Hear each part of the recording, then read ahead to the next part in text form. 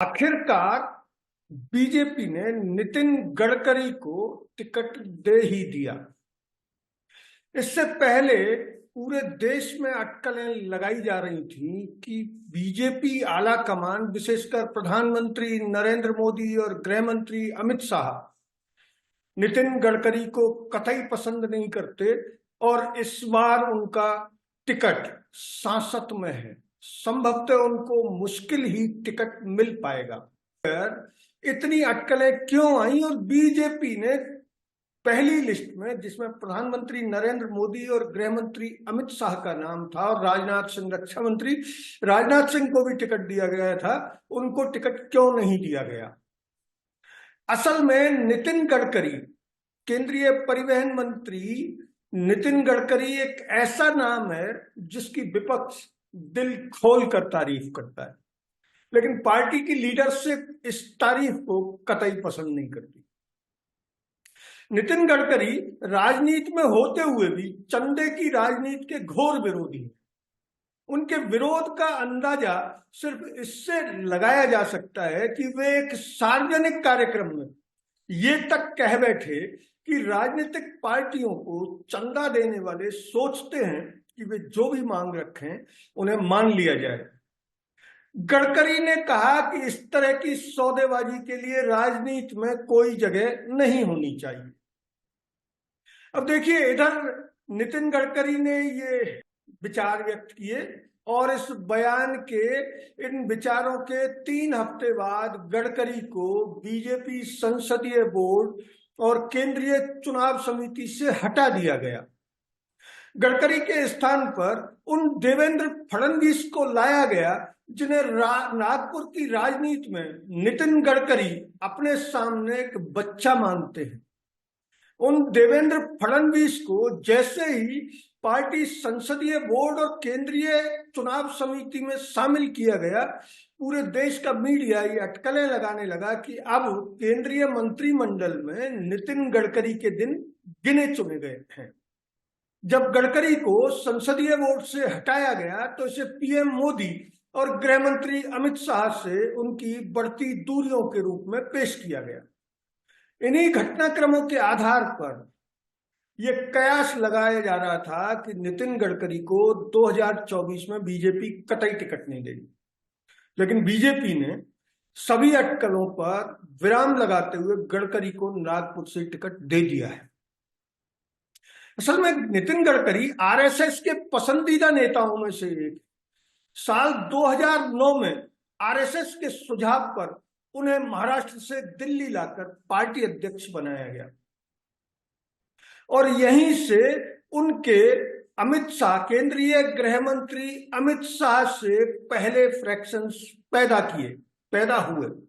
नितिन गडकरी जब पार्टी अध्यक्ष थे तो वे अमित शाह को लेकर बहुत उदार नहीं थे। यह किस्सा गडकरी के पार्टी अध्यक्ष के कार्यकाल का है। उस समय अदालती आदेश से अमित शाह गुजरात से बाहर दिल्ली में रह रहे थे।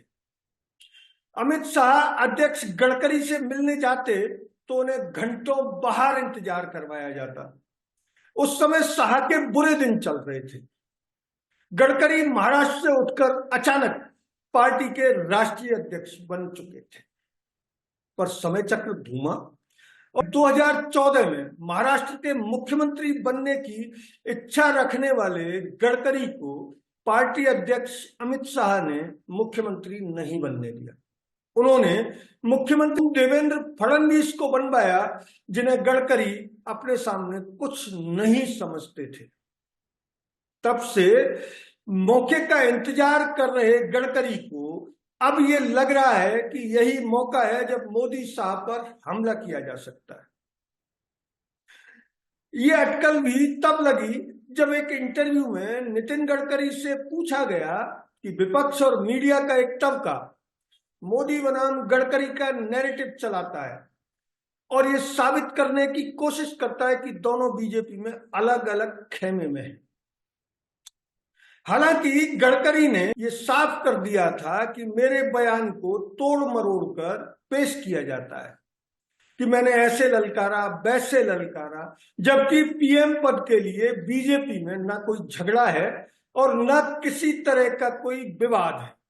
उसके बावजूद मीडिया अपना एनालिसिस लगातार करता रहता है।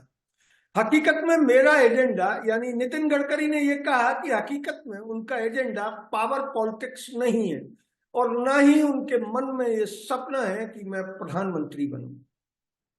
ये तो खुले मंच की बात है जिसमें नितिन गडकरी ने साफ किया कि उनका प्रधानमंत्री नरेंद्र मोदी से किसी तरह का कोई कंट्राडिक्शन नहीं है, कोई विरोध नहीं है। उसके बावजूद जब पहली सूची में नितिन गडकरी को नागपुर से टिकट नहीं दिया गया तो बीजेपी ने सफाई दी कि अभी महाराष्ट्र में सहयोगी दलों के साथ सीटों का बंटवारा होना है, इसलिए नितिन गडकरी को अभी टिकट नहीं दिया गया है। जबकि राजनीतिक जानकार ये मान रहे थे कि बीजेपी अपने उन सहयोगियों से नागपुर की सीट आसानी से हासिल कर लेगी जिनका राज्य में बहुत बड़ा जनाधार नहीं है, और दोनों ही उसके जो दोनों सहयोगी हैं बीजेपी के, एकनाथ शिंदे वाली शिवसेना और अजीत पवार वाला नेशनल कांग्रेस का धड़ा, नेशनल कांग्रेस पार्टी का धड़ा यानी एनसीपी का धड़ा, जिसके विधायकों को अपने साथ मिलाकर अजीत पवार अभी राज्य के, महाराष्ट्र के उप मुख्यमंत्री हैं। इसके बावजूद बीजेपी ने जब नागपुर से पहली सूची में नितिन गडकरी को टिकट नहीं दिया तो लगातार ये अटकलें चल रही थी।